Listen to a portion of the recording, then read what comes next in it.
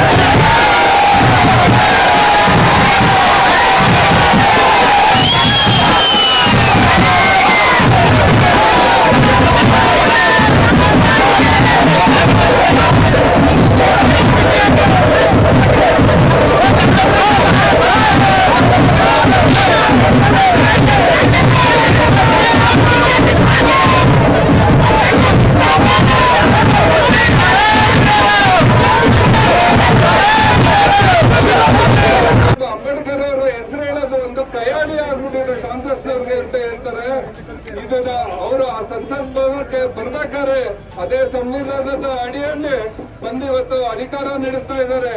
ಆದ್ರೆ ಅವ್ರು ಮಾತಾಡಿರ್ತಕ್ಕಂತ ಈ ಒಂದು ಅವಮಾನಕಾರಿ ಮಾತನ್ನ ಯಾವುದೇ ಬಿಜೆಪಿ ಮುಖಂಡರು ವಿರೋಧಿಸಿಲ್ಲ.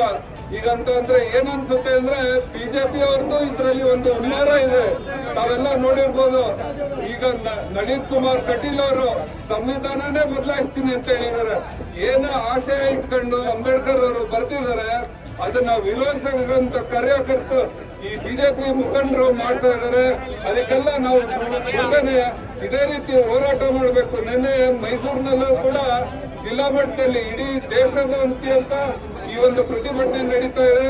ನಮ್ಗೆ ಗೆಲುವು ಸಿಗೋವರೆಗೂ ಹಾಗೇನೆ ಇವ್ರನ್ನ ಅಮಿತ್ ಶಾ ಅವ್ರನ್ನ ವಜಾ ಮಾಡಬೇಕು ಸಂಪುಟದಂತ ಅಂತ ಕೇಳ್ತಾ ತಮ್ಮೆಲ್ಲರಿಗೂ ಈಗ ಮತ್ತೊಮ್ಮೆ ಮಂತ್ರಿ ಒಬ್ಬ ಕೋರ್ಟ್ ಒಬ್ಬ ಕಳ್ಳ ಗುಜರಾತ್ ಗೃಹ ಮಂತ್ರಿ ಆಗಿದ್ದಂತ ಸಂದರ್ಭದಲ್ಲಿ